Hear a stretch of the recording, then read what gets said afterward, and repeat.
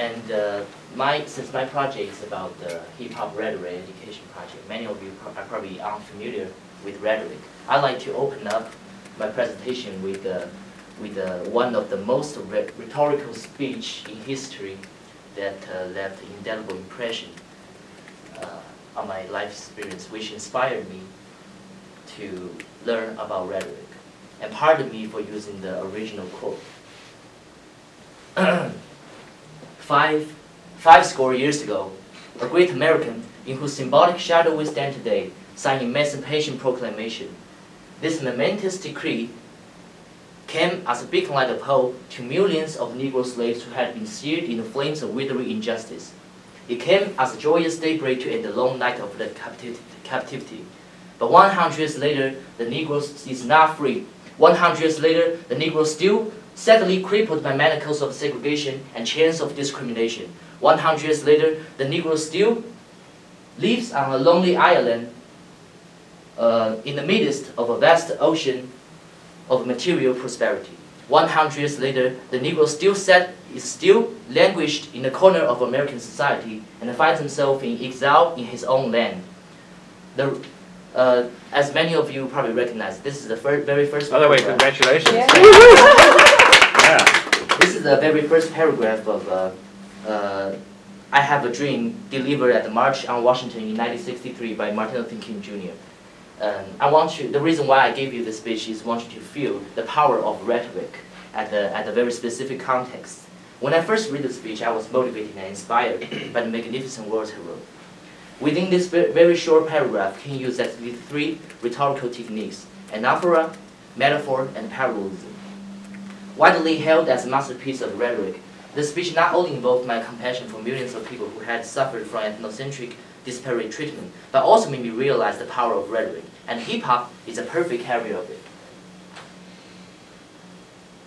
For decades, hip-hop has been perceived as empty and lacking in thought, which has led to harsh criticism of it. However, hip-hop has also been effective in creating and expanding the awareness of various social movements, despite being an unorthodox way of doing so and often being overlooked as a successful means. In less than 15 years, rap music has grown from the local performance practices of Bronx subculture to a multi-billion-dollar industry, which mediates music made and heard around the world. And let's take a look. Has anybody ever done this project before? There are two hip-hop TV shows in which lyrical rhetoric is an important criterion for evaluating candidates' performance regarding their ranks. The first show is called Rhythm and Flow, which is a 2019 documentary and non-scripted music reality television series on Netflix. It is Netflix's first original music competition program. In this series, hip-hop artists like Cardi B, Chance the Rapper, and T.I. critique and judge unsigned rappers who are competitive to win a $250,000 prize. And for the second TV program, I think all of Chinese students have heard of it, which is this is the very first Chinese rap reality show. The show has 4 celebrity producers whose job is to train and guide rappers participating in the competition.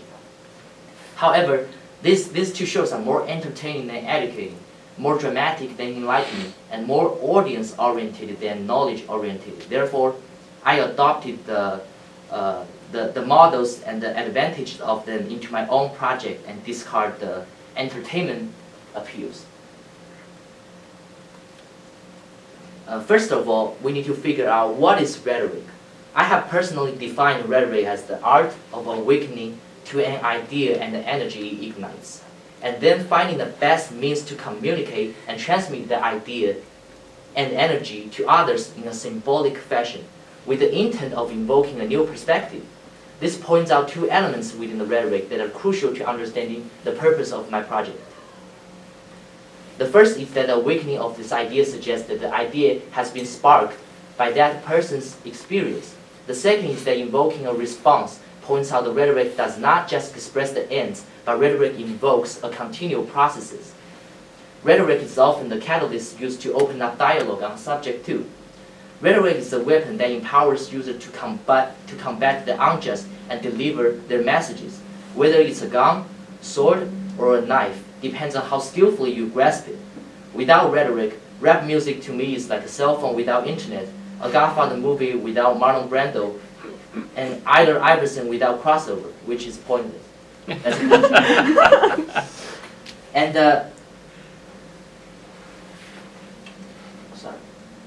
And my project is focuses on gathering local but not limited to regional hip-hop artists, professionals of African American studies, and other creative partners to communicate, share, evaluate, and examine the art of rhetoric in order to help them organize and structure their thoughts, thus facilitating their creative works. And many would have two concerns I'd like to address. The first concern is that many will argue that hip-hop can be taught. It is a natural, inborn, whatever thing. Yes, however, this project is not making hip-hop patent. It is meant to help them organize their ideas and express themselves more effectively. And unlike rap of China, in which contents are rigorously censored due to policy of Chinese government, we embrace self-expression and the First Amendment.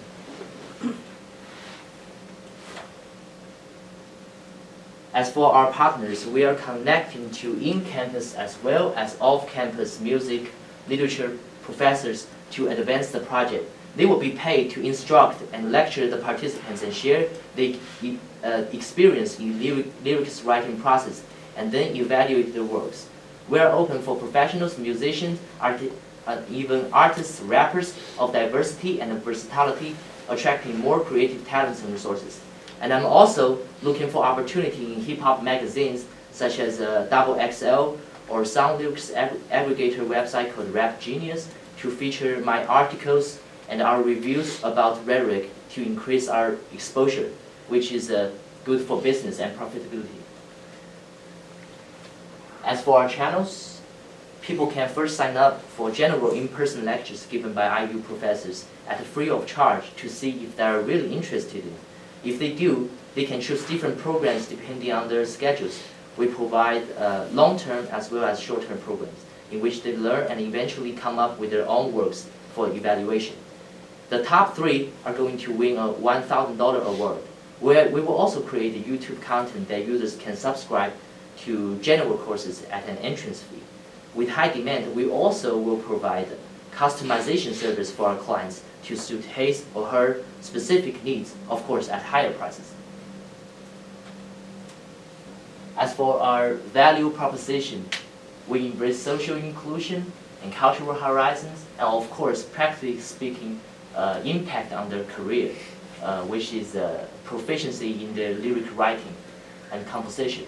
And also, we will generate inspiration and creativity too, and most importantly, enlightenment. What does it mean is like being rhetorical is not equal to being meaningful. We encourage lyrics writers to come up with something more meaningful and more productive rather than just being rhetorical. Let me give you a very specific example. Have you heard of 2 Chainz? He is rhetorical. His lyrics are imaginative and and funny somehow. For example, he once wrote, got two ladies with me, take a shot for one hole, and I use a friend for a chaser. Yes, this is very rhetorical, but I expect something more meaningful than that.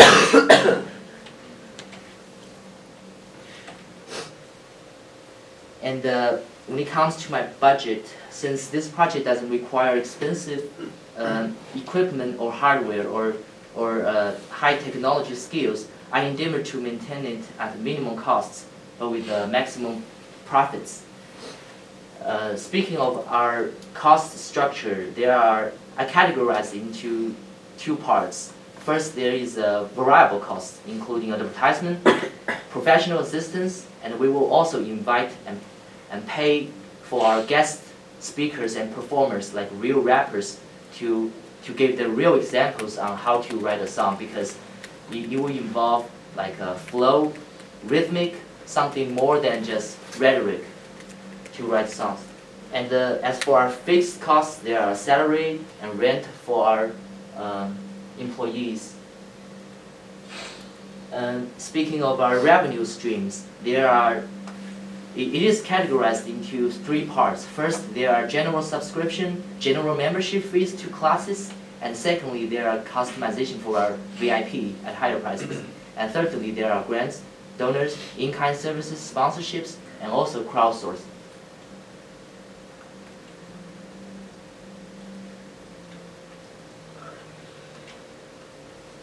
Here we are to the very last part. Although many haven't heard of Chuck D, Chuck D has helped to make Public Enemy one of the most successful and influential groups in the history of rap, whose lyrics have been at the center of many of the controversies surrounding hip-hop culture, awakening, energizing, and unsettling fans and critics. There are many rappers like Chuck D, and mostly are better than him, such as Kendrick Lamar, Pusha T, Kanye West, even Drake, whose messages exceed the literal meaning of lyrics, reflecting complicated social realities, founding the community identity, and reshaping the landscape of hip-hop culture and calling for change. Rhetoric has been described as the art of moving souls, and this is true today as when Aristotle first said it 2,500 years ago. Rhetoric is neither an ancient history nor prerogative of elites. It is a powerful tool for not only influencing audience and society, but also exploring and enlightening yourself. So stay woke and join me. Thank you. Stay woke and join. So you said that we're a granting agency, and I should have asked this earlier on to Rosalie as well. What are you asking from us? Money? But how about go back to your budget and explain to us where the money would fit and what specifically you're asking for us, from us? Probably donations. Because you've got your grants of $1,800, right? Individual contributions of $1,500. So what specifically are you asking us to do? I thought there were these are expectations from investors today. So Okay. instead of already had. So people supporting those categories. Okay, good. Just wanted to find out what it was that you were asking from us. Good. Okay. Any thoughts about the viability of this project? And I'm very intrigued by it. I think it's amazing. I think it's a really interesting project.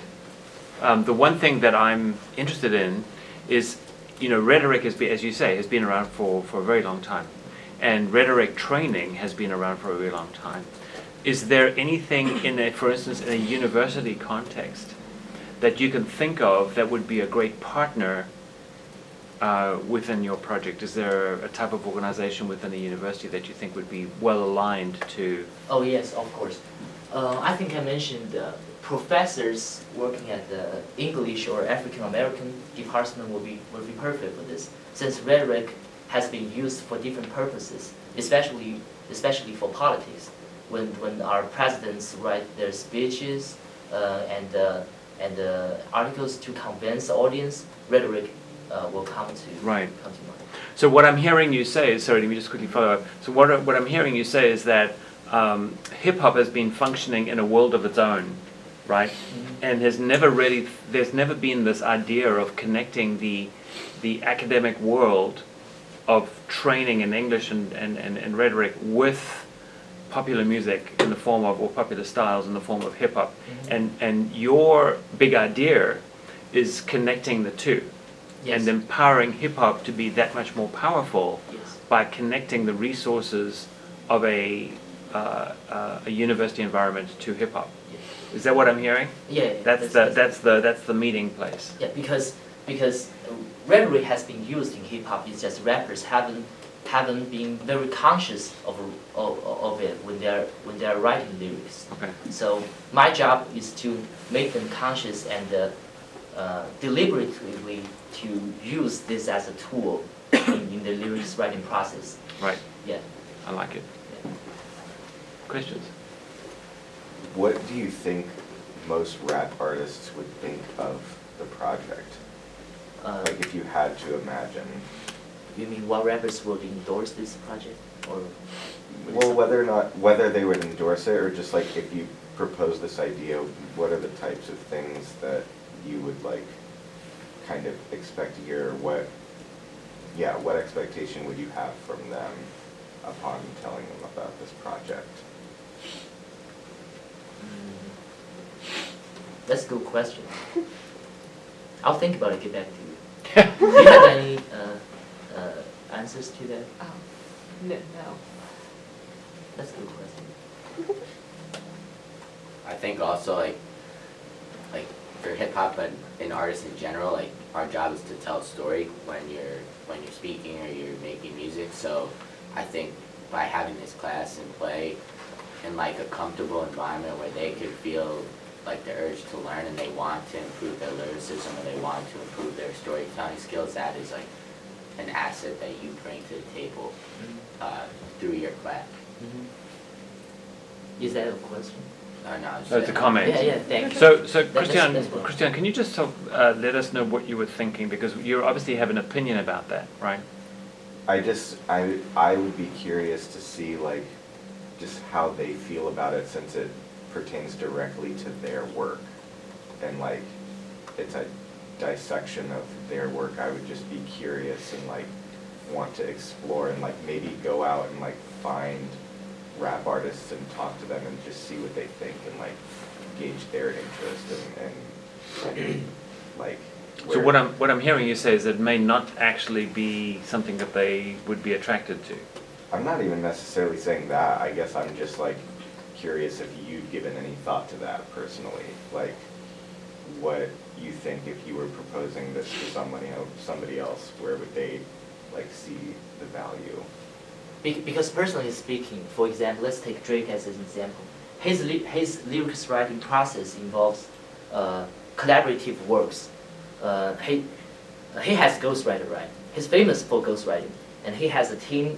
He has a team of professionals to help him organize and structure his thoughts into his own writing style, into his own to fit his own persona. So that's what I'm thinking about, because lyrics writing, it appears to be so simplistic and or superficial, but I'm thinking about it actually involves a lot of techniques and rhetorical strategies to compose all of that.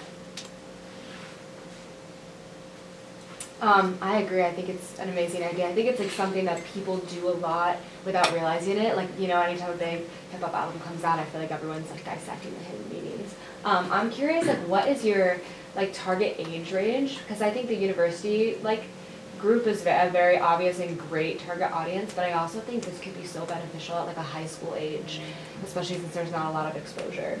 Yeah, that's good. That's a good point. My segment especially focused on people who are interested in history of rap or literature and rap, and more importantly, the majority should be composed of a artist or somebody who pursue to be hip hop artist, you know, or people who want to improve their proficiency in writing or lyricists. Yeah. Great. Any questions? Is that it? Yeah. Yep. Very nice. Thank you. Yeah.